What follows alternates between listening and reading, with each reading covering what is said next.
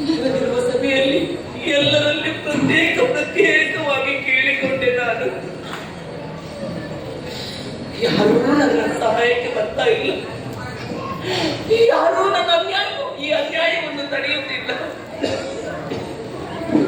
ಇದು ಸಭೆಯಲ್ಲ ನನ್ನ ಪಾಲಿಗೆ, ಇದು ಕಾಂತಾರವಾಗಿ ಹೋಯಿತು, ಅರಣ್ಯವೇ ಆಗಿ ಹೋಯಿತು ನನ್ನ ಬದುಕಿನಲ್ಲಿ. ಇದು ನಾನೆಷ್ಟೇ ಕೂಗಿದ್ರು ಅರಣ್ಯ ರೋದನವಾಯಿತು ಬಿಟ್ರೆ ಉತ್ತರ ಸಿಗಲಿಲ್ಲ.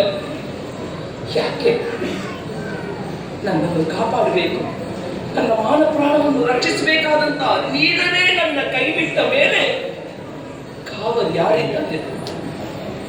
ಇದ್ದಾರೆ ಮಹಾಜ್ಞಾನಿಗಳಾದಂತ ಭೀಷ್ಮಾಚಾರ್ಯರು, ಕೃಪಾಚಾರ್ಯರು, ಅಶ್ವತ್ಥಾಮಾಚಾರ್ಯರು, ಗುರು ದ್ರೋಣರು. ಅನ್ಯಾಯವನ್ನು ತಡೆಯುವುದಿದ್ದವರಿಗೆ. ಆದ್ರೆ ಕಳ್ಳವರ ಹತ್ಯೆಗೆ ಒಳಗಾಗಿದ್ದಾರೆ. ಎಲ್ಲರೂ ಮೌನವಾಗಿ ಕುಳಿತಿದ್ದಾರೆ.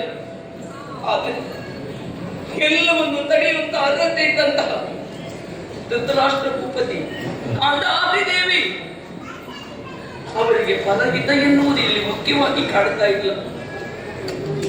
ತನ್ನ ಮಕ್ಕಳು ಮಾಡಿದ್ದೇ ಸರಿ ಎನ್ನುವ ಕಾರಣಕ್ಕಾಗಿ ಮೌನವಾಗಿ ಕುಳಿತಿದ್ದಾರೆ.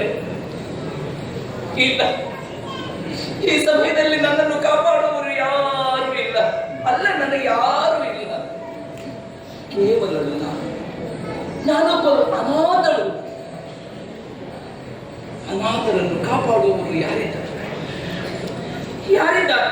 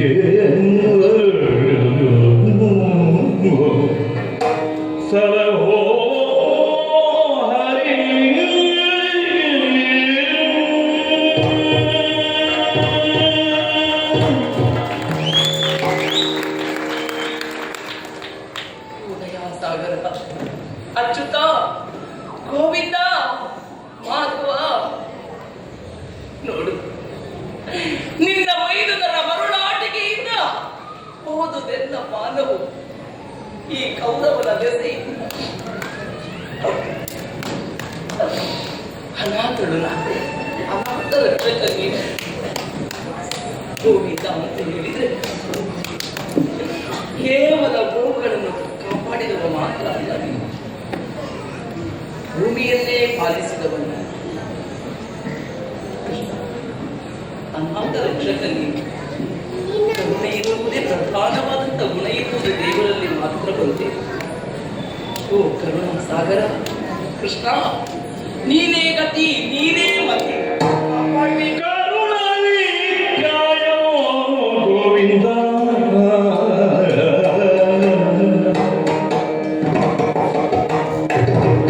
ನಿನ್ನ ಮರೆಯ ಹೊಕೆದು ಇಂದು ವಸುದೇವ ಕಂದ ಗೋವಿಂದ ನಿನ್ನ ಮರೆಯ ಹೊಕೆದು ಈಗ ವಸುದೇವ ಕಂದ ಗೋವಿಂದ ಗತಿಹೀನರಿಗೆ ನೀನೇ ಗತಿಯು ಕೃಷ್ಣ.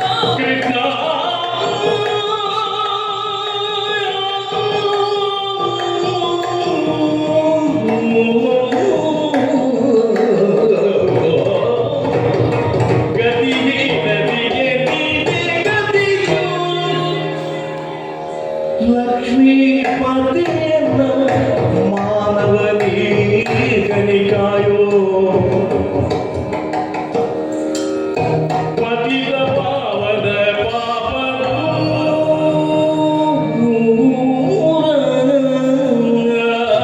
ಪತಿತ ಪಾವನ ಪಾಪ ರತಿ ಪತಿತ ಕಮಲ ಭಗವತ್ ಮಂದಾರ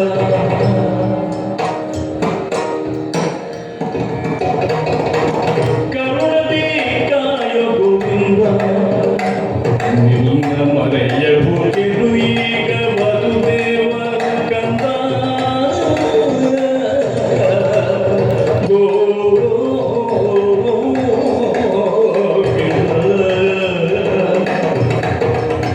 ಕಾಯೋ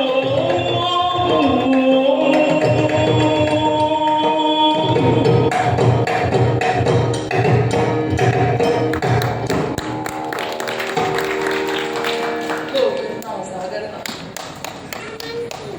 ಯಾರಲ್ಲಿಯೂ ಸಾಮಾನ್ಯದವರಲ್ಲಿಯೂ ಕರುಣೆ ಎನ್ನುವುದು ಒಂದು ಬಿಂದು ಪ್ರಮಾಣ ಮಾತ್ರ ಇರಬಹುದಂತೆ. ಆ ಕರುಣೆ ಎನ್ನುವುದು ಸಿಂಧುವಷ್ಟು ಇರುವುದು ನಿನ್ನಲ್ಲಿ ಮಾತ್ರ. ಓ ಕರುಣಾ ಸಿಂಧುವೇ ಭಗವಂತ ಶ್ರೀಕೃಷ್ಣ, ಎಲ್ಲರೂ ಇದ್ದು ಅಂತ ಇದ್ದಾರೇನೋ ಭಾವನೆಯಿಂದಲೇ ಇದು ತನಕ ಇದ್ದವಳು ನಾನು. ಪ್ರತಿಯೊಬ್ಬರಲ್ಲಿಯೂ ಕೇಳಿದೆ, ನನ್ನನ್ನು ಕಾಪಾಡಿ, ನನ್ನ ಮಾನವನ್ನು ಕಾಪಾಡಿ ಎನ್ನುವುದಾಗಿ. ಈಗ ಅರ್ಥ ಆಯಿತು, ನನಗೆ ಯಾರು ಇಲ್ಲ, ನಾನು ಕೊಡು ಅನಾಥಳೆನ್ನುವುದಾಗಿ. ಅನಾಥ ರಕ್ಷಕನಲ್ಲವೇ ನೀನು, ನೀನೇ ಕಾಪಾಡಬೇಕು. ನನ್ನ ಬದುಕಿನಲ್ಲಿ ಎಲ್ಲವೂ ನೀನೇ ಕೃಷ್ಣ, ನೀನೇ.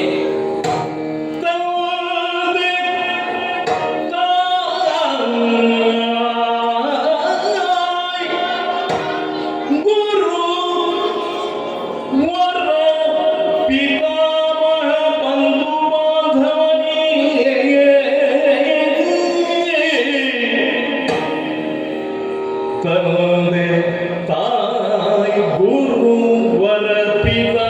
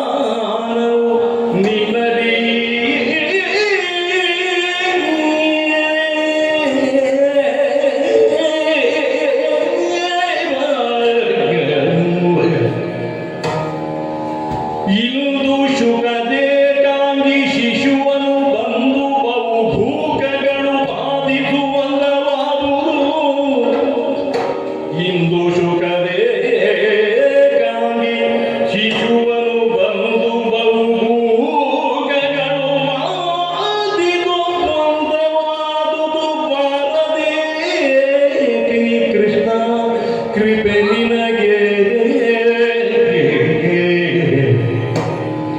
ಕಂದೆ ತಾಯಿ ಗುರು ಪಿತಾಯ ಮಗ ಬಂಧು ಬಾಂಧವನೀ ಎನ್ನ ಮಾನವು ನಿನ್ನ ಮಾನವೇ ಕೃಷ್ಣ ಕೃಷ್ಣ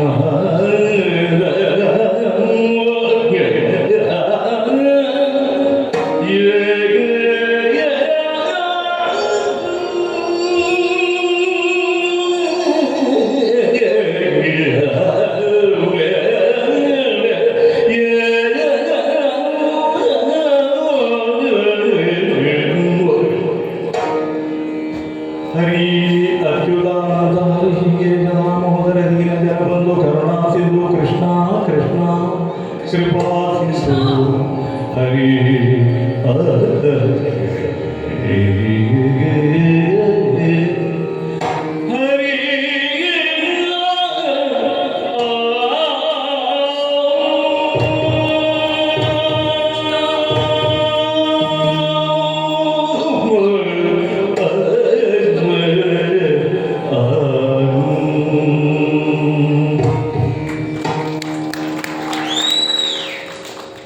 ನನ್ನ ಬದುಕಿನಲ್ಲಿ ಯಾರೂ ಇಲ್ಲ, ಎಲ್ಲವೂ ನೀನೆ.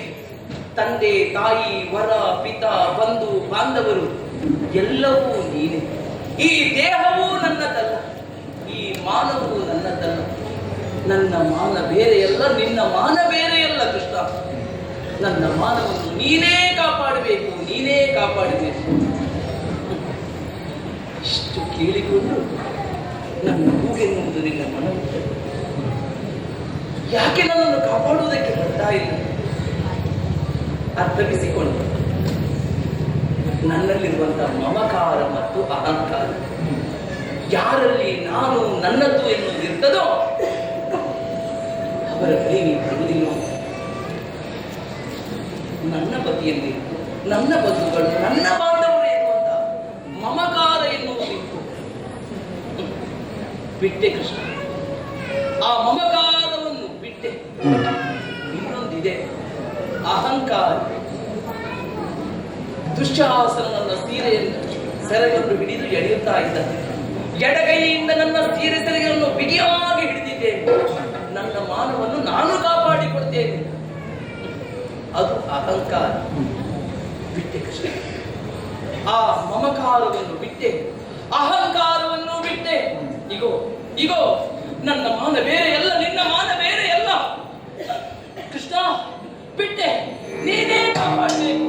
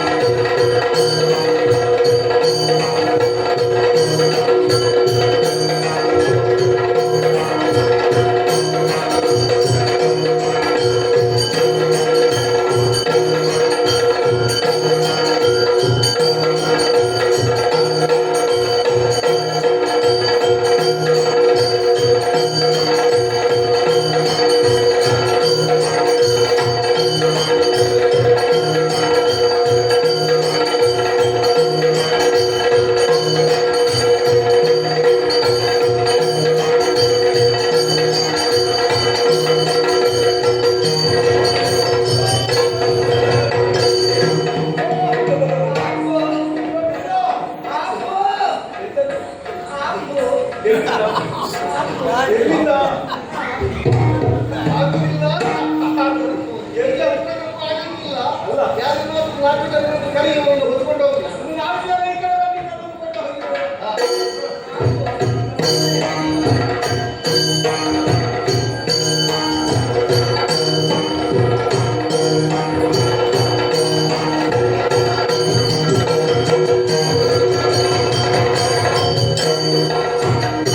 ಯಾರಲ್ಲಿ ಈ ಸೀರೆಯ ರಾಶಿಯನ್ನೆಲ್ಲ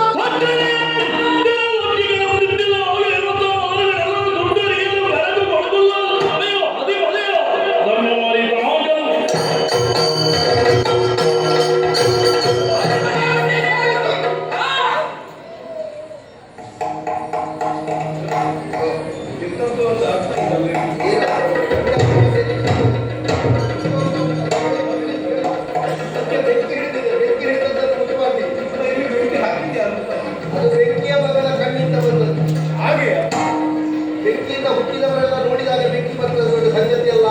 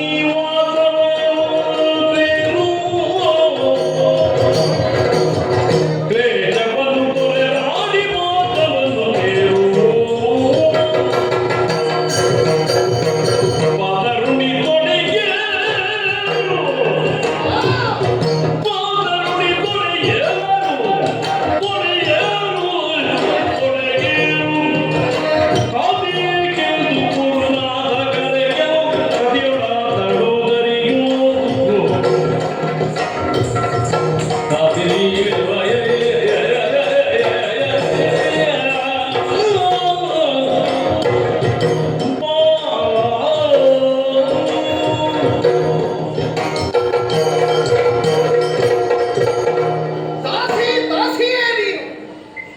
ನೀನು ಅತ್ತರೋ ಇಲ್ಲಿ ಸತ್ತರೋ ನೀನನ್ನು ಕೇಳುವವರು ಅನುಕಂಪದಿಂದ ಕಾಯುವವರು ಯಾರೂ ಇಲ್ಲ. ನೀನು ಕೇಳಿದ ಪ್ರತ್ಯೇಕಿಯೇ ಉಳಿಯಿತು ಬಿಟ್ಟರೆ ಅದಕ್ಕೆ ಯಾವ ಉತ್ತರವನ್ನು ಯಾರೂ ಕೊಡುವುದಕ್ಕೆ ಸಮರ್ಥರಾಗಲಿಲ್ಲ. ಗೌರವ ಹೇಳಿದ್ದೇ ನಡೆಯುತ್ತದೆ, ನಡೆಯಬೇಕಾದದ್ದನ್ನೇ ಗೌರವ ಹೇಳ್ತಾರೆ. ಚಕ್ರದ ಪಂಕ್ತಿಯ ಹಾಗೆ ಜೀವನ ಎನ್ನುವುದು. ಒಂದು ಕಾಲದಲ್ಲಿ ನೀನು ನನ್ನನ್ನು ಅಪಹಾಸ್ಯಗೊಳಿಸಿದೆ. ಕುರುಡನಿಗೆ ಹುಟ್ಟಿದವ ಕುರುಡ ದೊರೆ ಅಂತ ಹೇಳಿದೆ.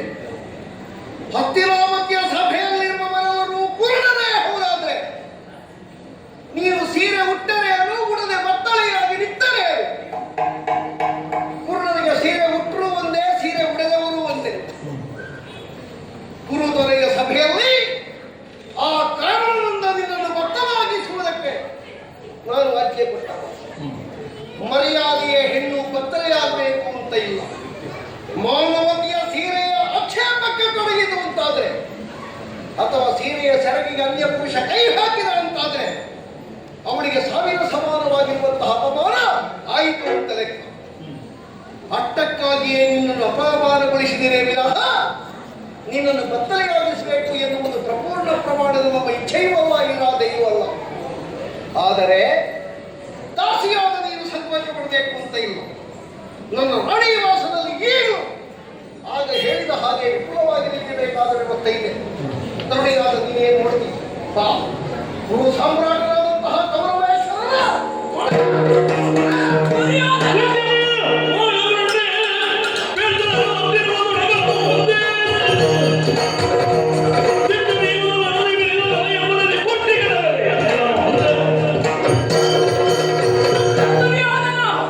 ಅಹಂಕಾರದಿಂದ ಹದಿಬದೆಯಾದಂತಹ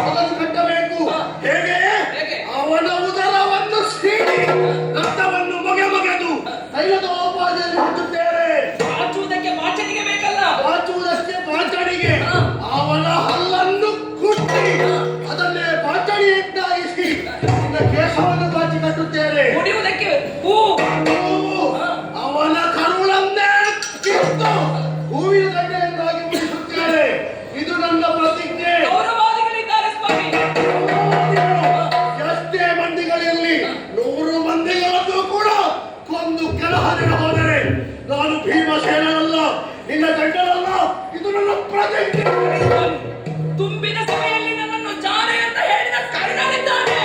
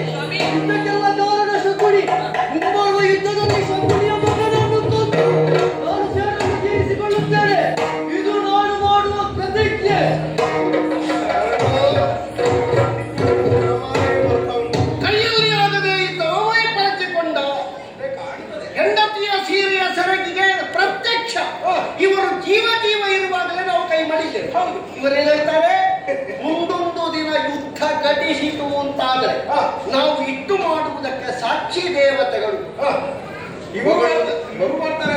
ಬೊಗಡುವುದು ಕಚ್ಚುತ್ತದ? ಕಚ್ಚುವುದು ಬೊಗಡಬೇಕಾ? ಇವುಗಳೆಲ್ಲ ಮಾಡಿ ತೀರಿಸುವುದ? ನನ್ನ ಗಂಡ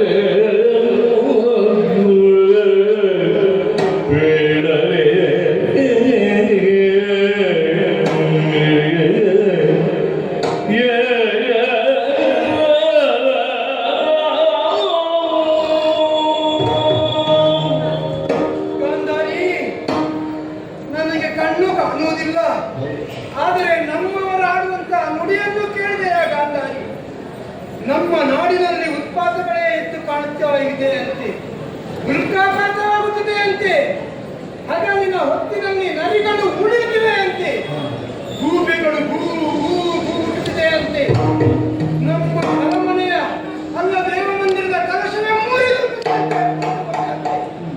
ದೇವರಿಗಿಟ್ಟಂತಹ ನಂದಾದೀಪ ಅಡ್ಡ ಬಿದ್ದು ಅಲ್ಲೆಲ್ಲ ಬೆಂಕಿ ಹಿಡಿತಂತೆ ಗಾಂಧಾರಿ.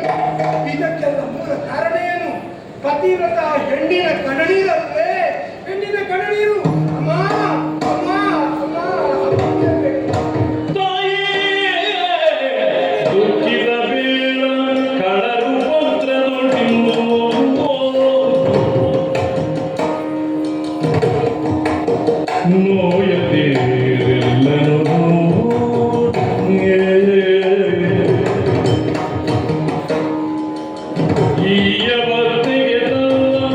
ಶಶಿಕುಲ ಅರ್ಭಕರಾಯುವ ಉಳಿದು ನೀನೆಂದು ತಾಯೇ ದುಃಖಿಸಬೇಡ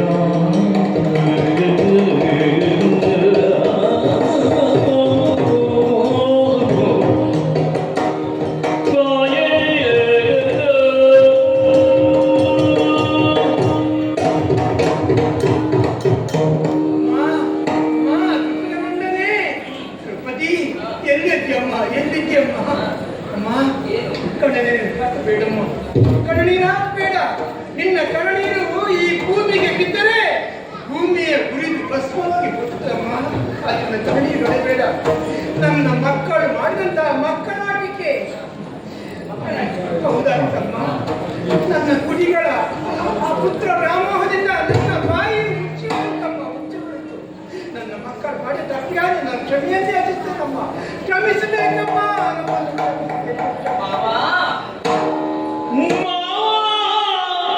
ನೀವೇಕೆಲ್ಲ ಬಂದು ಸಂತೈಸುವಿರಿ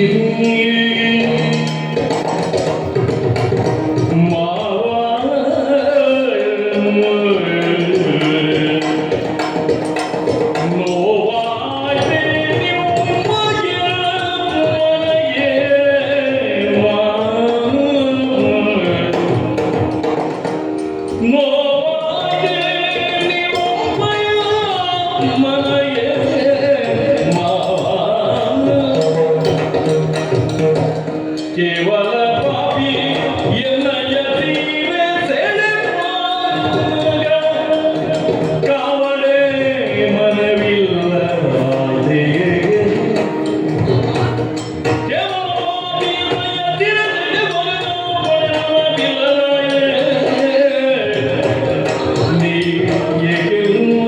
ಈಗ ಏಕೆಲ್ಲ ಮನದಿ ಸಂದೈಸುವಿರೇ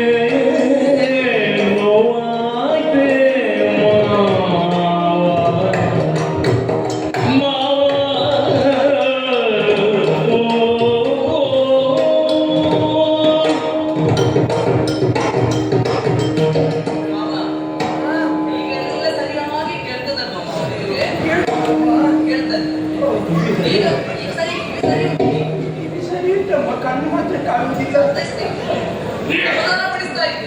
ಮಗಳೇ, ನಿಮ್ಮ ಮನಸ್ಸಿಗೆ ನೋವಾಯಿತ ಈಗ?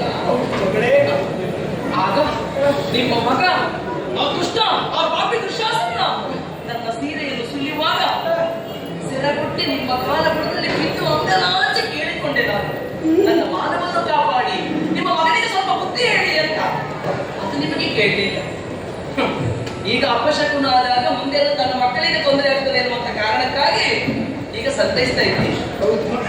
ಸಾಕು ಯಾಕಿನ್ನು ಈ ನಾಟಕದ ಬುದ್ಧಿ ಹೇಳಿ ಸಾಕು ಅಂತ. ಇದನ್ನೆಲ್ಲ ನಂಬಬೇಕಲ್ಲ. ನಿನ್ನ ಮನಸ್ಸಿಗೆ ನೋವಾಗಿ ನೋವಾಗಿದ್ರೆ ನಿನಗೆ ಇಂಥ ಸ್ಥಿತಿ ಬಂತು ಮಗಳೇ.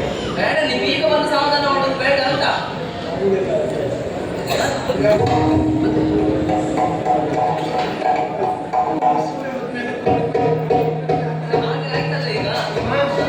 ಅದಕ್ಕಾಗಿ ನೀನು ಯೋಚನೆ ಮಾಡಬೇಡಮ್ಮ. ನಿನ್ನವರಿಗೆ ಬಂದ ಸ್ಥಿತಿಗಾಗಿ ಆಗ್ತದೆ ನೀನು ಅಳುವುದು. ಅಮ್ಮ, ನಿನಗೆ ನಾನು ಒಲಿದು 3 ವರವನ್ನು ಕೊಡ್ತಿದ್ದೇನಮ್ಮ. ಏನು ಬೇಕು ಕೇಳಿಕೊಮ್ಮ, ಕೇಳಿಕೊ. ನಿಮ್ಮ ಮಾತ್ರ ಮನಸ್ಸಿಗೆ ನಾಟಿಯೇ ಬಾಬಾ, ಸ್ವಲ್ಪ ಹೆಚ್ಚಿಗೆ ಮಾತಾಡಿದೆ ಅಂತ ಕಾಣ್ತದೆ. ಮನಸ್ಸಿಗೆ ಮಾತಾಡ್ತಾರೆ. ನನ್ನದು ಅಷ್ಟೇ ಮಾವ. ಕ್ಷಮೆ ಇರಲಿ. ನಿಮ್ಮ ಮಗಳು ಅಂತ ಭಾವಿಸಿ ನನ್ನನ್ನು ಕ್ಷಮಿಸಿ. ಅವ ಮಗಳೇ, ವರ 3 ವರ ಪಡಿಬೇಕು ನಾನು. ಹೌದು ಮಗ, ಕೇಳ್ತೇನೆ. ಕೇಳು. ನನ್ನ ಸ್ಥಿತಿಯನ್ನು ನೋಡಿ ದಾಸರಾಗಿದ್ದಾರೆ ನಿಮ್ಮ ಮಕ್ಕಳಿಗೆ. ಹೌದಂತೆ. ನಿಮ್ಮಲ್ಲಿ ಒಂದನೇ ವರವಾಗಿ ನಾ ಕೇಳುವುದಿಷ್ಟೇ, ಅವರ ದಾಸ್ಯ ವಿಮೋಚನೆಯನ್ನು ಮಾಡಬೇಕು ನಾವು. ಯಾರಲ್ಲಿ ಪಾಂಡವರ ದಾಸ್ಯ ವಿಮೋಚನೆಯನ್ನು ಮಾಡಿ.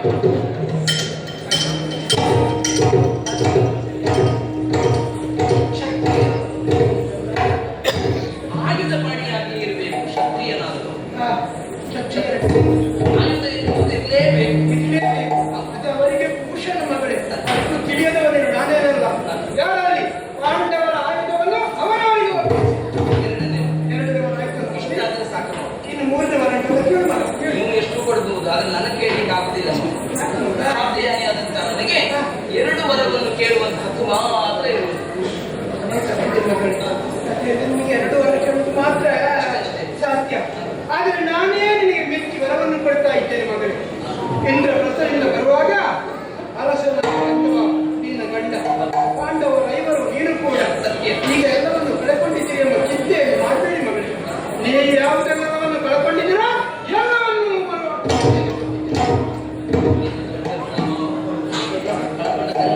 ದೊರಕಿದೆ ಅಂತ ಆಯ್ತು. ಈಗ ಸಮಾಧಾನ ಆಯ್ತು. ಸರಿ ಸರಿ ನೀವೇಳು ಮಗಳೇ. ಸರಿ ಸರಿ